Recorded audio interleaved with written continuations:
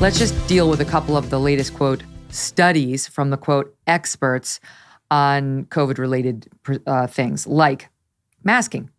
Scientists at Harvard and Mass General, the Boston University School, and so on, have published a study in the New England Journal of Medicine. I'm saying all the most fancy things that are supposed to make us believe that it's real and we need to pay attention.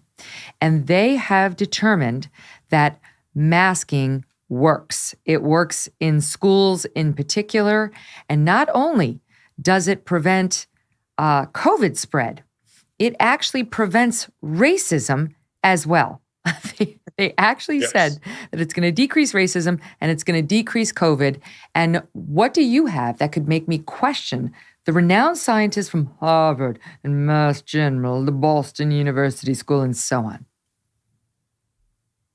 So that was an interesting study. They didn't actually count the number of kids wearing masks or the number of teachers wearing masks. What they did was they looked at schools that had mask mandates. Okay. And and in Massachusetts, certain schools dropped. It was earlier this year. They dropped mask mandates. In Boston, they didn't, and then in a lot of the surrounding towns, they did. And so the idea was this was this sort of natural experiment where what happened in the districts that dropped mask mandates, what happened in the districts that didn't drop mask mandates. And they found that, months later during sort of the spring or early summer Omicron surge, the districts that didn't drop mask mandates, Boston essentially again, did better in terms of the number of positive tests than the ones that did. So if you dropped your mask mandate in February, you had more positive Omicron tests in June. Again, the most important thing to understand about this study is they didn't actually count who was wearing masks. So there's no way of knowing, it's Boston, right? Like it may have been that, that in the inner city schools in Boston, kids were less likely to wear masks than in the sort of fancier districts around Boston with or without a mask mandate, right? Mask mandates might not have actually changed masking behavior in any way. I mean, I know having, 3 little kids, that who last year and the year before, since we live in the Northeast, were mandated to wear masks in school, that certainly by the middle of last year, everyone had their masks around their chins anyway. So it didn't really matter. So I think that's probably the best critique of this study is that you don't have any idea whether having the mandate or not actually changes masking behavior. Here's what I will tell you. Masks are useless. Okay. We have a tremendous amount of evidence that shows that certainly that the kind of surgical masks or cloth masks that kids wear, okay, are completely useless against respiratory viruses. That's COVID, that's the flu.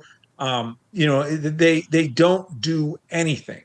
And kids don't wear them properly anyway. So this, and there's been very good studies. For example, in Spain, there was a paper done with comparing, I think, 5-year-olds and 6-year-olds, and the 6-year-olds were supposed to wear masks, and the 5-year-olds didn't have to wear masks at all, and there was no difference in the rate of infection between the 5-year-olds and the 6-year-olds. This is from several months ago, and there was a very good randomized controlled trial of people wearing masks versus not wearing masks. This is adults.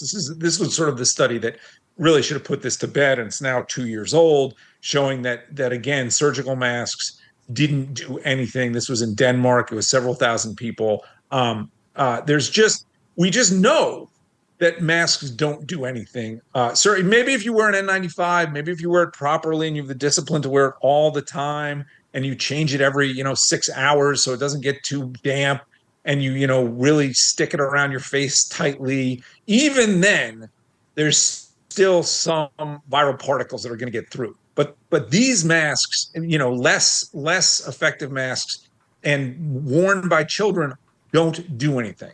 So this study doesn't change that reality. It's just a nice artifact if you, for some reason, like, putting kids in masks that you can use. Okay. But the reality is we have a tremendous amount of evidence on the other side here. And so this study has to be wrong, basically, because there's so much other evidence that contradicts it. So the question is, why is it wrong? And the answer probably is they didn't actually check masks. They just checked mask mandates. It was just observational, which the left has said over and over. Well, that can't be the standard on the studies that show that the masks don't work. They're the first ones to say, oh, observational, you have to dismiss it. And now that this one's observational, it says what they want. They're touting it in the New York Times like it's the Bible revisited, and it will be used by these zealots running some of these schools to mask up our kids. I swear this will never happen to my children again. They will not be putting masks on their faces. It's just too infuriating. All right, let's move on to NBC now reporting that there may be a link between myocarditis and vaccines, and there could be some, but very, very rare and very, very unlikely myocarditis lasting damage from all of this. Here's what they say. The vast majority of the cases occur in young men, 16 to 24, citing the CDC. Then they say, hold on, I want to get my numbers. A study by Canadian researchers published in the Journal of the American College of Cardiology found that men younger than 40 who got the Moderna vaccine had the highest risk of heart issues, usually within 21 days after the second dose. That study, too, was observational. They said the scientists found incidents of myocarditis following a booster dose of Pfizer or Moderna were higher than after the first dose, but still lower than after the second, concluding that it's that second dose that really could potentially endanger you.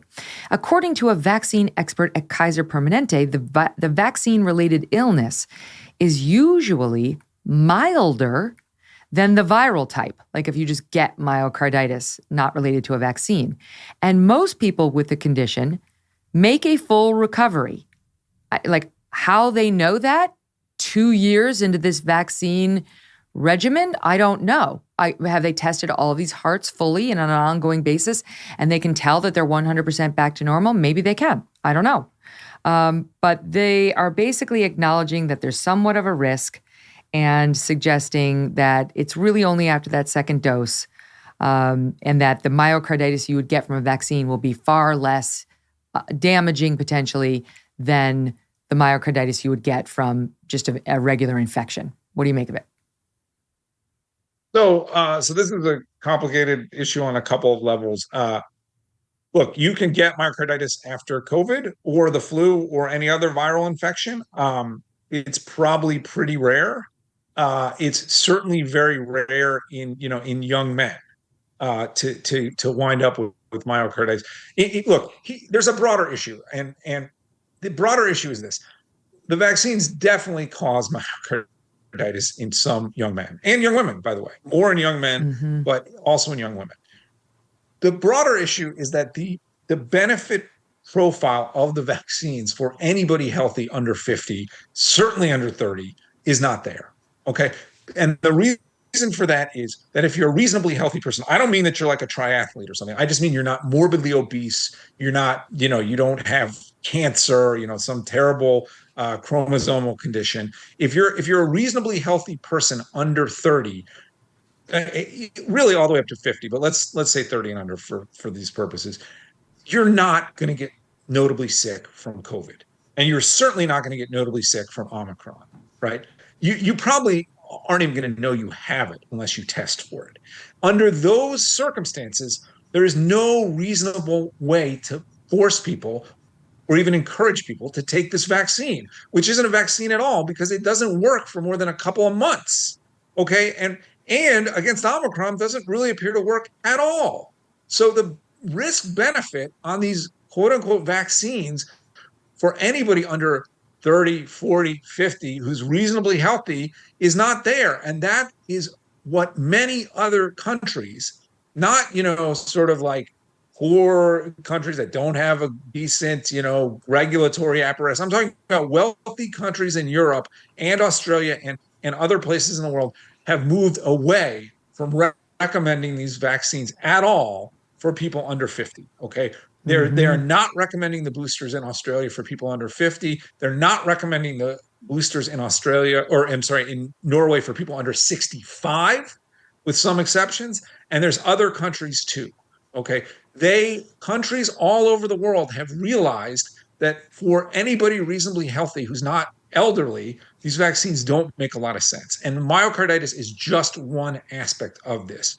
And I don't know why. I assume it's political. I assume it's because the Biden administration is so invested in this, and we've spent so much money on these. And Pfizer's an American company, Moderna's an American company. We are not being honest about where we now stand on this. Carmen in Cedar Rapids, Iowa says, I have struggled to find a product that did not irritate my skin. This is the only one I've been able to use without problems. Not only do I love it, but my skin feels like velvet. Love, love, love it, she writes.